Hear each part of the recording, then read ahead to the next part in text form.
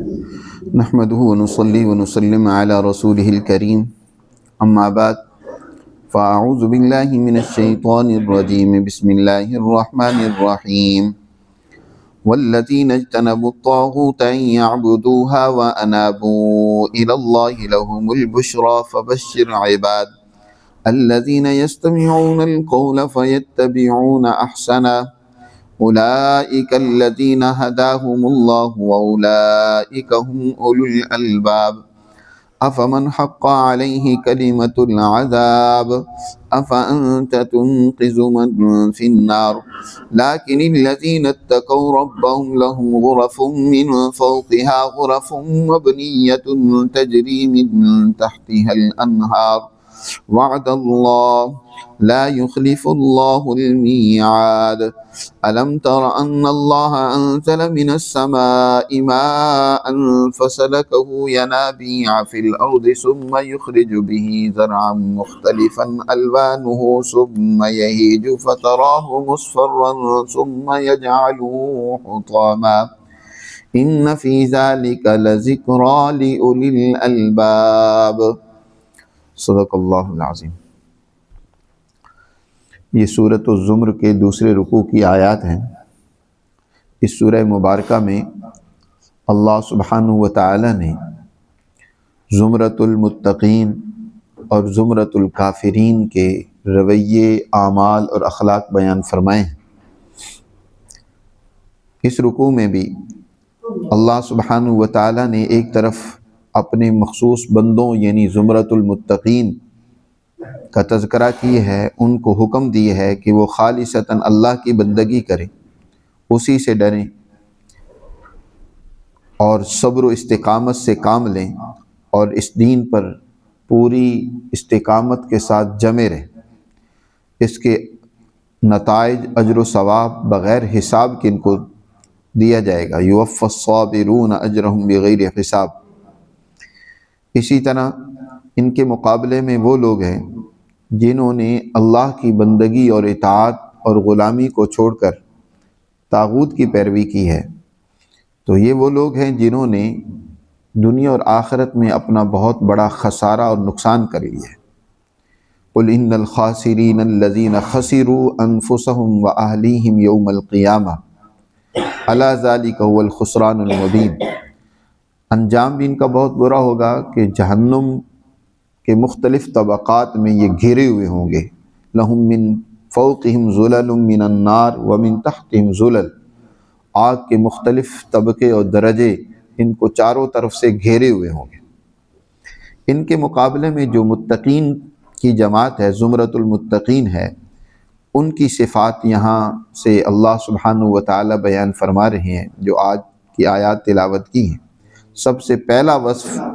متقی جماعت کا یہ ہے کہ وہ طاغوت سے اجتناب کرتے ہیں۔ فرمایا والذین اجتنبوا الطاغوت ان یعبدوها، وہ لوگ جو طاغوت سے بچتے ہیں، اس سے اجتناب کرتے ہیں کہ اس کی غلامی اور اطاعت کریں۔ طاغوت کل معتد وکل معبود ما سوی اللہ، اللہ کے سوا کوئی ظالم طاقت و قوت ہو اس کے لیے بھی طاغوت کا لفظ استعمال کیا گیا۔ جیسے فرعون کے لیے اللہ نے حضرت موسیٰ علیہ السلام سے فرمایا اذهب الی فرعون انه طغی، فرعون کی طرف جاؤ، بے شک وہ طاغوت بن گیا ہے، طغا، اس نے سرکشی، ظلم و زیادتی اور عدوان کا بازار گرم کیا ہوا ہے۔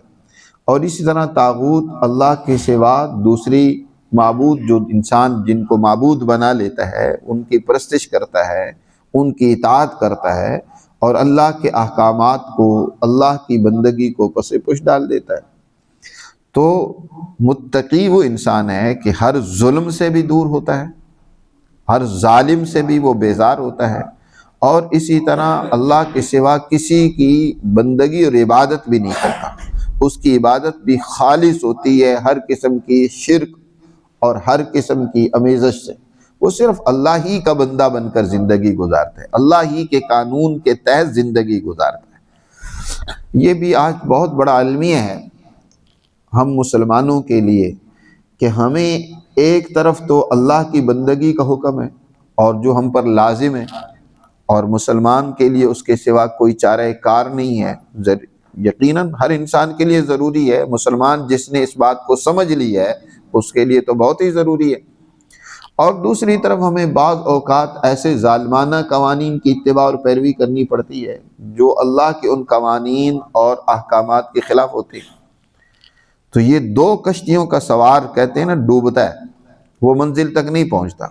آج مسلمانوں کی تباہی یہی ہے کہ ایک طرف تو یہ اللہ کے قوانین اور احکامات کے پابند ہیں، دوسری طرف ان کی سیاست ہو، ان کی معیشت ہو، اور حتیٰ کہ اب ان کی معاشرت بھی، وہ سب غیر اللہ کے تابع ہیں، وہ سب غیروں کے طریقوں اور قوانین اور نظریات کے تابع ہیں۔ تو یہ بہت بڑا ظلم ہے۔ آج آپ کے ملک میں سرمایہ دارانہ نظام ہے، آپ کے ملک پر اسلامی نظام نہیں ہے جس کے تحت آپ کا معاشی سیاسی سسٹم اور اس کا ڈھانچہ تشکیل پاتا ہو، جی، بلکہ وہی سرمایہ دارانہ نظام کے تحت آپ کی ساری معیشت چل رہی ہے۔ تو یہ بہت بڑا ظلم، ایک طرف اس سرمایہ دارانہ نظام کی ہم پرستش کرتے ہیں، اس کی اتباع کرتے ہیں، اس کے پیچھے چلتے ہیں، دوسری طرف صرف مسجد میں ہم نماز پڑھ کر اپنے آپ کو مطمئن کر لیتے ہیں۔ تو یہ طاغوت سے اجتناب نہیں ہے، ہمیں مکمل اجتناب اور برات کے اعلان کا حکم دیا گیا ہے۔ وَنَخْلَعُ وَنَتْرُكُ مَن يَفْجُرُكُ، ہم ہر قسم کے فاجر، ظالم اور طاغوت سے برات کا اعلان کرتے ہیں۔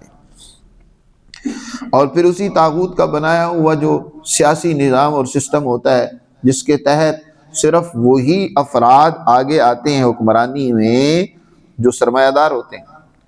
اس سسٹم کے تحت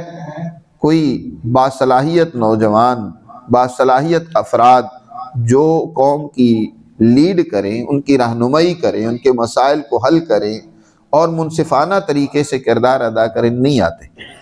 نہ ان کی کوئی تربیت کا نظام ہے اور نہ ہی ایسے باصلاحیت لوگوں کے آگے آنے کا کوئی سسٹم اور نظام ہے۔ یا تو وہی آئے گا جو سرمایہ لگائے گا، جس کو مخصوص طاقتیں اور قوتیں آگے لانا چاہیں گی تو وہی لوگ آئیں گے۔ تو یہ جو نظام اور سسٹم ڈیزائن کیا گیا ہے یہ سراسر طاغوت کہلائے گا، اس سے بھی برات کا اعلان ضروری ہے۔ تو فرمایا والذین اجتنبوا الطاغوت، وہ لوگ جو طاغوت سے اجتناب کرتے ہیں کہ اس کی غلامی اور اطاعت کریں، یعبدوها، پہلی صفت، وانابوا الی اللہ، اور وہ اللہ کی طرف رجوع کرتے ہیں۔ اللہ کی طرف رجوع کرنے کا مطلب اللہ کے احکامات پر عمل کرنا ہے، اللہ کے قوانین کو اختیار کرنا ہے۔ یہ نہیں ہے کہ انسان اللہ کے قوانین کی خلاف ورزی کرتا رہے اور کہے کہ میں اللہ کی طرف متوجہ ہوں۔ اللہ کی طرف متوجہ تو اس کے احکامات کے ذریعے سے ہی ہوا جاتا ہے۔ تو وَأَنَابُوا إِلَى اللَّهِ، تو ایسے لوگوں کے لیے لَهُمُ الْبُشْرَى، ان کے لیے خوشخبری ہے، ان کے لیے بشارت ہے، ان کے لیے دنیا آخرت میں کامیابی کا اعلان ہے۔ پیچھے جیسے گزرا نا، اللہ تعالیٰ نے ارشاد فرمایا لِلَّذِينَ أَحْسَنُوا، جن لوگوں نے اچھا کردار ادا کیا نا دنیا میں، طاغوت سے اجتناب کیا، انابت الی اللہ، تو ان کے لیے فی ہذہ الدنیا حسنہ، اس دنیا میں بھی ان کے لیے کیا ہے؟ حسنہ ہے، اس دنیا میں بھی ان کے لیے کامیابی ہے، اس دنیا میں بھی ان کے لیے عزت ہے۔ تو اللہ تعالیٰ وہی بات ارشاد فرما رہے ہیں کہ فبشر عباد الذین یستمعون القول، میرے ان بندوں کو، عباد یعنی عبادی، میرے بندوں کو، جو اللہ کے بندے ہیں نا، وہی بندے ہیں جو اللہ کی بندگی کرتے ہیں، طاغوت سے بچتے ہیں، تو ان کو آپ خوشخبری سنا دیں۔ اور مزید فرمایا وہ کون سے ہیں اللہ کے بندے؟ الذین یستمعون القول، جو اللہ کی بات کو پورے دھیان اور توجہ سے سنتے ہیں، قرآن مقدس کو پورے توجہ اور دھیان سے سنتے ہیں اور سمجھنے کی کوشش کرتے ہیں، یہ اللہ کے بندے ہیں۔ یہ بات بھی یہاں سمجھنے کی ہے۔ اللہ تعالیٰ ارشاد فرماتے ہیں کہ میرے بندے وہ ہیں جو القول یعنی میرے کلام کو، قرآن مجید کو توجہ سے سنتے ہیں، اس کو سمجھتے ہیں۔ تو اس سے ایک تو پہلے یہ بات معلوم ہوئی کہ ہم کس صف میں کھڑے ہیں، اندازہ ہو جائے گا کہ ہمیں قرآن کے سننے سمجھنے کا کتنا شوق ہے، اس میں کتنی رغبت ہے، اس کے لیے کتنا ہم وقت نکالتے ہیں، کتنے دیگر کاموں کی قربانی دیتے ہیں۔ ظاہر ہے کام تو ہر انسان کو ہوتے ہیں، ایسا نہیں ہے، اور شیطان عموماً ایسے موقع پر بہت سارے کام یاد دلاتا ہے،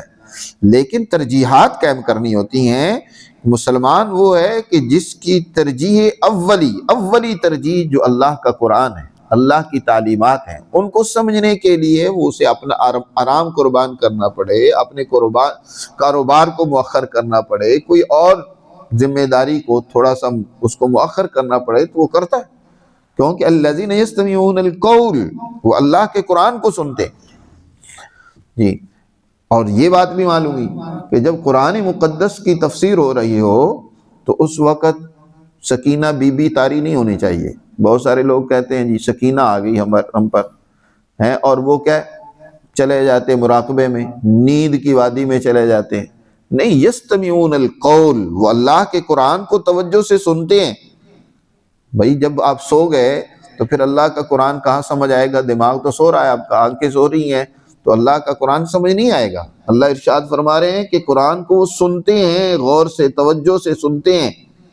تو اس لیے جب قرآن مجید کی تفسیر ہو رہی ہو، تعلیم ہو رہی ہو، تو پورا چوک و چوبند بیٹھنا چاہیے۔ اگر نیند کا غلبہ ہو تو جا کے منہ دھو لے۔ انسان طبی طور پر بعض اوقات مغلوب بھی ہو جاتا ہے نیند سے، اٹھ کے باہر چکر لگا کے آ جائیں، لیکن یہ ہے کہ پورے توجہ اور دھیان سے بیٹھیں۔ یہ معمول نہیں بنانا چاہیے کہ جب قرآن کا درس ہو رہا ہو آپ کسی اور کام میں لگے ہوئے ہو،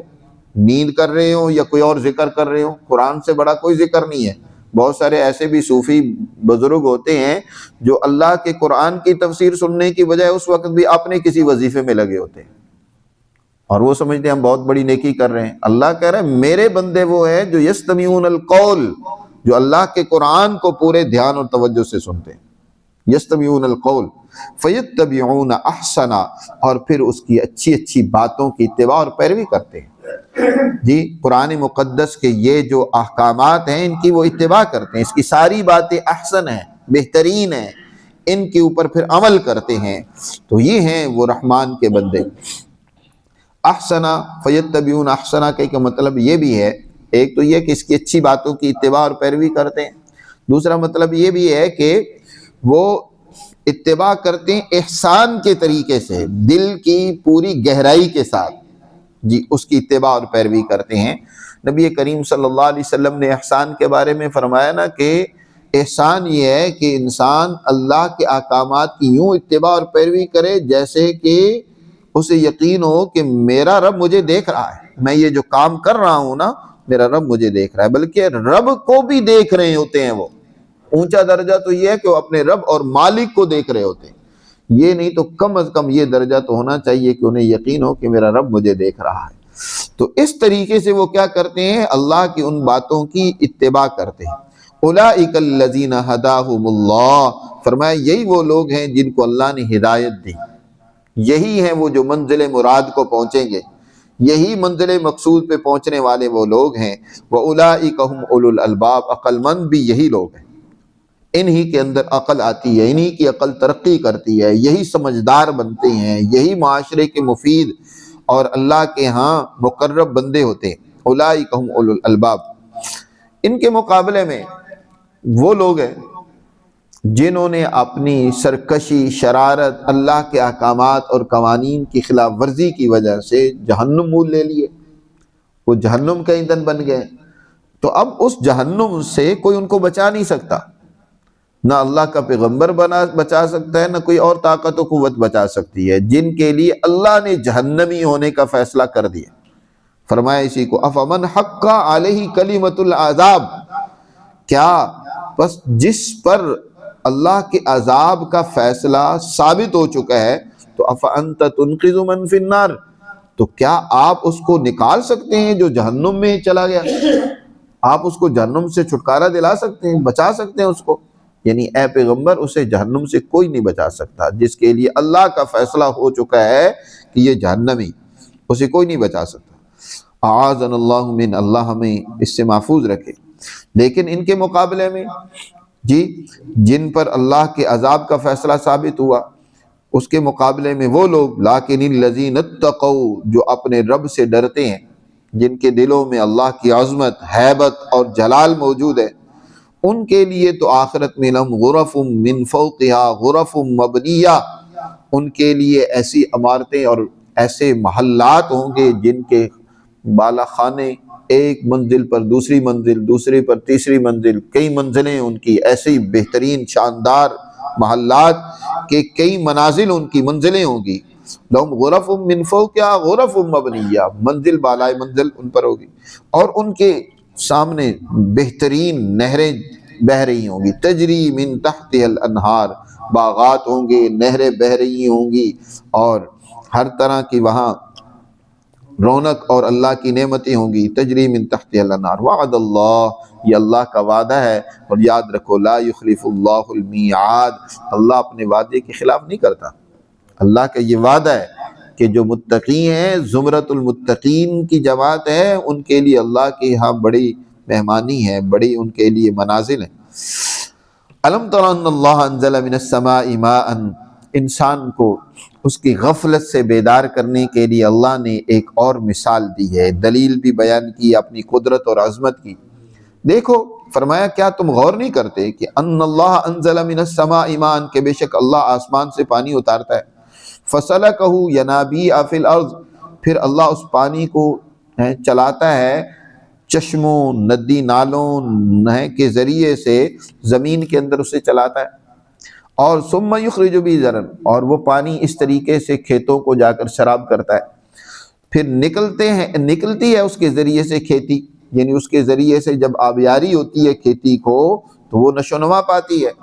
مختلف الوان، ان کی رنگتیں مختلف ہوتی ہیں، مثلا آپ دیکھتے ہیں کہ کوئی باغ ہے اس کا رنگ مختلف ایک قسم کا ہے، کوئی درخت ہے اس کا رنگ اور ہے، کوئی اسی طرح اور کھیتی ہے اس کا رنگ اور ہے، گندم کا اور رنگ ہے، جوار کا رنگ اور ہوتا ہے، کماد کا اور ہوتا ہے، مختلف رنگ اور شکلیں ان کی ہوتی ہیں، تو مختلف الوان ہو ثم یہیج، پھر وہی کھیتی اپنے شباب پر چلی جاتی ہے، اس میں پورا عروج ہوتا ہے، پوری طرح جوبن پر ہو جاتی ہے، وہ کھیتی تیار ہو جاتی ہے۔ پھر تم دیکھتے ہو کہ اب پورے عروج پر پہنچنے کے بعد اب اس پر زوال آنا شروع ہو جاتا ہے۔ فتراہ مصفرا، وہی کھیتی تم دیکھو گے اس کو کہ وہ زرد ہو جاتی ہے، اور ثم یجعلہ حطاما، پھر زرد ہونے کے بعد خشک ہو کر چورا چورا ٹکڑے ٹکڑے ہو جاتی ہے، اللہ اس کو چورا چورا کر دیتا ہے۔ ان فی ذلک لذکری لأولی الالباب، بے شک اس میں عقل مندوں کے لیے بڑی نشانی ہے۔ اللہ نے ایک مثال کے ذریعے سے ایک تو اس کائنات کی حقیقت کو واضح کر دیا ہے کہ اللہ کا قانون تم دیکھو گے اے انسانوں، تم میں بھی اس کائنات کی ہر چیز اور ذرے میں بھی ایک جیسے ہی تاری اور ساری۔ حضرت عمر فاروق رضی اللہ تعالی عنہ آخری حج کے موقع پر، جو ان کا آخری حج تھا، جب وہ 13 ذی الحجہ کو حج کر کے فارغ ہوئے، واپسی پر ایک جگہ پڑاؤ کیا ہوا تھا، تو رات کے وقت چاند کو دیکھ کر، ظاہر ہے 13ویں اور 14ویں کا چاند پورے جوبن پر ہوتا ہے، چاند کو دیکھ کر کہنے لگے کہ چاند ایک وقت تھا کہ تو جب پہلے طلوع ہوا نکلا تو بہت چھوٹا سا تھا، پھر بڑھنا شروع ہو گیا، بڑھتے بڑھتے بڑھتے یہاں تک کہ اب تو بدر منیر بن گیا ہے، تیری روشنی آب و تاب ہر طرف پھیل رہی ہے اور پورے جوبن پر ہے۔ اس کے بعد 14ویں کا چاند جو ہی غائب ہوگا، پھر تیرے اوپر زوال آنا شروع ہو جائے گا، کم ہونا تو شروع ہو جائے گا، یہاں تک کہ آخری تاریخوں میں بالکل تو نظر ہی نہیں آئے گا۔ فرمایا یہی حال انسان کا بھی ہے کہ وہ ایک وقت پیدا ہوتا ہے تو کمزور سا بچہ ہوتا ہے، پھر آہستہ آہستہ بڑھتے بڑھتے پورے جوانی اور جوبن پر چلا جاتا ہے، پھر وقت آتا ہے کہ اس پر زوال آنا، 40 سال کے بعد پھر اس کی عمر ڈھلنا شروع ہو جاتی ہے، 40 سال تک اس کی جوانی ہے، 20 سے 25 سال گزرتے ہوئے 40 سال، اب تو پھر 40 سال بھی نہیں ہے، ہماری جو طاقتیں اور قوتیں اور غذائیں رہ گئی ہیں اس کے نتیجے میں تو اب 30 سال کے بعد پھر ڈھلنا انسان شروع ہو جاتا ہے، اب زوال آنا، اور زوال آتے آتے پھر جب 60 سال پر پہنچتا ہے تو اب بس کھیتی جو ہے نا تقریباً پک کر خشک ہو چکی ہے، اب کسی وقت بھی کٹ سکتی ہے، کسی وقت بھی اس کا مالک اس کو کاٹ سکتا ہے اور اس کو ختم کر سکتا ہے۔ یہی انسان کا حال ہے، یہی تم دیکھتے ہو فصلوں کو، درختوں کے، وہ اڑتے ہیں بڑھتے ہیں اور پھر وہی اسی طرح مرجھانا، مر جانا، کملانا جو بھی نام دے لو، وہ پھر ان پر وہ موت طاری ہونا شروع ہو جاتی ہے۔ تو اللہ سبحانہ و تعالی ایک تو اس کائنات کی حقیقت کو واضح کرتے ہوئے اس انسان کو یہ بات سمجھا رہے ہیں، دوسری طرف اپنی قدرت کا بھی بیان ہے۔ تو فرمایا کہ دیکھو اس طریقے سے ہم کیسے ایک کھیت کو، ایک درخت کو ہم کسی طرح جوبن پر لے کر پھر اس کو ختم کر دیتے ہیں۔ ان فی ذالک لذکریٰ لاولی الالباب، تو اے انسان تیرے لیے بھی ایک وقت خاتمہ ہے، ہر انسان کا بھی خاتمہ ہے، پھر اس ساری دنیا کا بھی خاتمہ ہے۔ ہر عروج کے لیے ایک زوال ہے، ہر زوال کے لیے بھی اللہ نے ایک عروج رکھا ہے۔ جو کمزور ہوتا ہے وہ بڑھتے بڑھتے طاقتور ہو جاتا ہے۔ قوموں پر بھی یہ وقت آتا ہے، ایک وقت وہ پورے جوبن اور عروج پر ہوتی ہیں۔ مسلمانوں کا بھی ایک عروج تھا، خلیفہ ہارون الرشید کا دور مسلمانوں کے مکمل عروج کا دور تھا، جس میں مسلمان پوری دنیا پر گویا کہ حکمرانی رکھتے تھے، ہر طرف مسلمانوں کا فیصلہ چلتا تھا۔ روم کے حکمران نے، رومیوں کا حکمران ایک دفعہ بدلا تو اس نے خلیفہ ہارون الرشید کو لکھا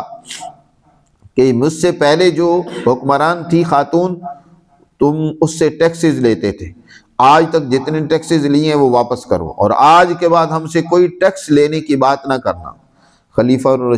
ہارون رشید نے اس خط کا جواب دیتے ہوئے فرمایا کہ اس کا خط جو ہے نا، جواب میں خود بن کر آؤں گا، ہم اس کا جواب نہیں لکھیں گے۔ تو پھر چند دن ہی گزرے کہ اس کو وہ سبق سکھلایا کہ اس نے اس سے ڈبل ٹیکس دینے پر صلح اور معاہدہ کیا۔ تو مسلمانوں کا ایک وقت وہ تھا کہ یورپ بھی مسلمانوں کو ٹیکس دیا کرتا تھا، ان کے باج گزار تھے، ماتحت تھے، اور پوری دنیا پر مسلمانوں کا ہولڈ تھا۔ آج یہی مسلمان ہیں کہ آج دوسری قوموں کے ماتحت ہیں، زوال میں چلے گئے پھر۔ تو ہر ایک کے لیے عروج آتا ہے، اب وہ ہر انسان پر منحصر ہے کہ وہ اپنی عروج کو کتنی دیر قائم رکھ سکتا ہے، کتنی اس عروج کے لیے جدوجہد کرتا ہے، وگرنہ پھر زوال جلدی آ جاتا ہے۔ جو تو اپنی غذا صحت کا خیال رکھتا ہے تو اس پر جوانی کا زمانہ بھی کچھ نہ کچھ وقت گزار دیتا ہے، لیکن جو شروع ہی سے اپنی پرواہ نہ کرے، غلط کاموں میں پڑا رہے، وہ بچے اور نوجوان جو اپنی جوانی کی حفاظت نہیں کرتے نا، تو ان پر پھر وہ جوانی کا زمانہ زیادہ دیر نہیں ٹھہرتا، جلدی ان پر زوال آنا شروع ہو جاتا ہے۔ تو اس لیے بہر صورت زوال تو آنا ہے، چاہے کسی پر دیر سے آئے یا جلدی آئے، ہر ایک کے لیے بڑھاپا اور موت۔ وَمَن نُعَمِّرْهُ نُنَكِّسْهُ فِي الْخَلْقِ، جس کو ہم عمر دیتے ہیں نا، جتنی چاہے عمر دیں، پھر اس کو ہم واپس لوٹا دیتے ہیں اسی کمزوری کی طرف، کمزوری سے ترقی کی طرف، کا طاقت و قوت کی طرف بڑھا، پھر طاقت گھٹنا شروع ہوئی اور پھر یہاں تک کہ بالکل ختم ہو گیا۔ تو انسان تم بھی ذرا غور کر، اب ہر عمر میں انسان کو، خاص طور پر 40 سال کے بعد تو اب اس کی تیاری کرنی چاہیے کہ اب میں اس کی طرف جا رہا ہوں، اپنی آخری منزل موت کی طرف بڑھ رہا ہوں، میرا ہر قدم، میرا ہر دن، میرا ہر لمحہ میری آخرت کی طرف مجھے لے کر جا رہا ہے۔ لیکن ہم ہیں کہ پھر بھی غفلت میں پڑے ہوئے ہیں۔ یہ عقل مندی نہیں ہے، عقل مندی یہ ہے کہ انسان اب اللہ کی طرف متوجہ ہو اور اس کے احکامات میں کوتاہی اور غفلت سے باز آئے۔ اللہ ہمیں سمجھ نصیب فرمائے اور اپنے احکامات پر عمل کی توفیق دے۔